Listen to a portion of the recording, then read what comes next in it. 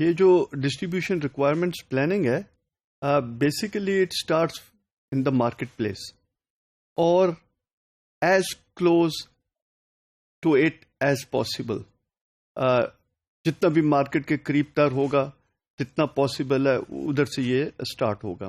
For example some firms جو ہیں they gather inventory information and the demand pattern from customers directly. اس کے اندر ویسے تو وہ فورکاسٹ وغیرہ کریں گے لیکن ادھر کسٹمر کی جو انوینٹری لیولز ہیں اور کسٹمر کی جو ڈیمانڈ ریکوائرمنٹ ہے وہ اس کی انفارمیشن اگر ان کے پاس آ جائیں فرم کے پاس تو اس سے کیا ہوگا کہ they will be able to use this information to make to knowledge. ہم نے ابھی تک جو انوائرمنٹس پڑھے تھے وہ تھے make to stock, make to order and assemble to order. یہ ہم نے 3 بیسک انوائرمنٹ مینوفیکچرنگ انوائرمنٹ پڑھے تھے. لیکن اس کیس کے اندر یہاں میک ٹو نالج ایک اور کانسیپٹ ہے جو کہ مینیجرز یوز کر سکتے ہیں to reduce inventory. Make to stock کے اندر کیا ہوتا ہے کہ جو ڈیمانڈ فورکاسٹ کی جاتی ہے اور اس بیسس کے اوپر پروڈکشن کی جاتی ہے، انوینٹری بلڈ اپ کی جاتی ہے اور اس کے پھر جب ڈیمانڈ آتی ہے آرڈرز آتے ہیں تو ادھر سے ڈیمانڈ میٹ کی جاتی ہے. لیکن اگر کسٹمر کے انوینٹری لیول کی انفارمیشن اور ڈیمانڈ کی انفارمیشن پہلے سے ہی مینوفیکچرنگ کنسرن کے پاس ہو تو اس سے کیا ہوگا کہ جو مینوفیکچرنگ کنسرن ہے وہ میک ٹو نالج کے مطابق پروڈیوس کریں گے. وہ پھر میک ٹو اسٹاک کے مطابق نہیں کریں گے، وہ اسٹاک نہیں کریں گے، وہ پروڈیوسرس وقت کریں گے جب کسٹمر کی ان کو پتا ہے کہ یہ اب ضرورت ہوگی اور وہ انوینٹری جو ہے وہ ریڈیوس ہو جائے گی، سیفٹی اسٹاکس بہت ریڈیوس ہو جائیں گے تو انوینٹری کاسٹ ریڈیوس ہو جائے گی. اس کا بہت فائدہ ہے اور اسپیشلی لیٹ سے اگر وہ وینڈر مینج انوینٹری امپلیمنٹ کیا ہوا ہے تو پھر اس سے جو ریپلینشمنٹ کے ڈیسیجنز ہیں وہ بھی یہ ایم پی سی کی کنٹرول میں ہوگی. اس سے جو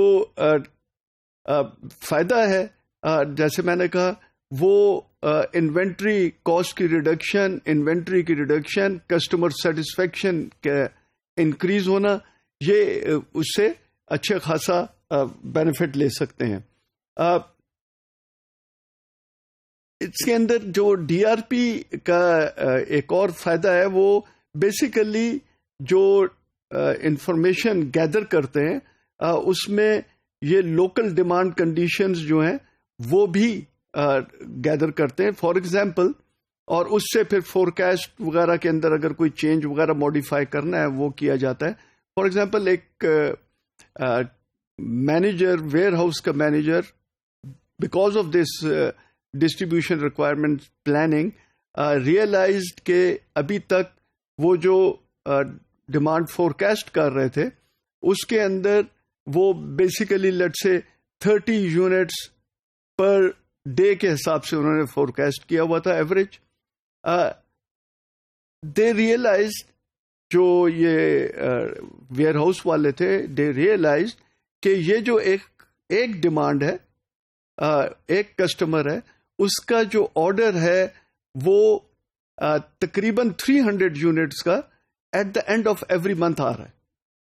آلدو ریکارڈ کے اندر انہوں نے ایوریج نکالا ہوا تھا 30 یونٹس پر ڈے تو منتھ کا 900 یونٹس. لیکن دے ریئلائزڈ کہ ایک کسٹمر مہینے کے اینڈ میں آرڈر پلیس کرتا ہے، لارج آرڈر اراؤنڈ 300 یونٹس کا آرڈر ہوتا ہے. تو اس کو دیکھتے ہوئے what the manager did was کہ اس نے اس کو سیپریٹ کر لیا فرام دا فورکاسٹ. اب کیا ہوا کہ فورکاسٹ اب 600 یونٹس کی پر منتھ کے حساب سے فورکاسٹ ماڈیفائی کی اور وہ 20 یونٹس پر ڈے کے حساب سے ایوریج ڈیمانڈ کی فورکاسٹ ہوئی.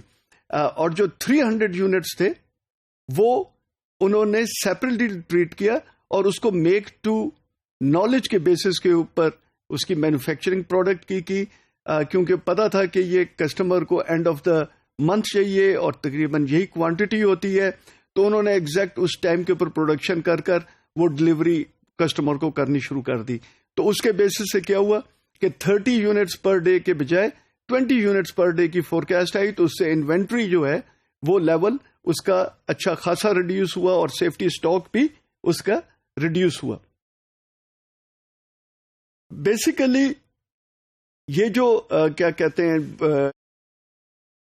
ڈیٹا ہے، یہ ڈسٹریبیوشن فیسلٹی اور ڈیٹا بیس کی جو کمیونیکیشن ہے کسٹمرز کے ساتھ، وہ ایک جو افیکٹو اور ایفیشینٹ مینر سے مٹیریل فلو کو مینج کرنے میں ہیلپ کرتی ہے. یہ کیونکہ یہ ساری کی ساری انفارمیشن بٹوین کسٹمر اینڈ یہ جو ڈسٹریبیوشن فیسلٹیز ہیں ان کی ود MPC کے ساتھ لنک ہوتا ہے، تو اس کی وجہ سے پھر مٹیریل فلو کے اندر ان کو بہت آسانی ہوتی ہے.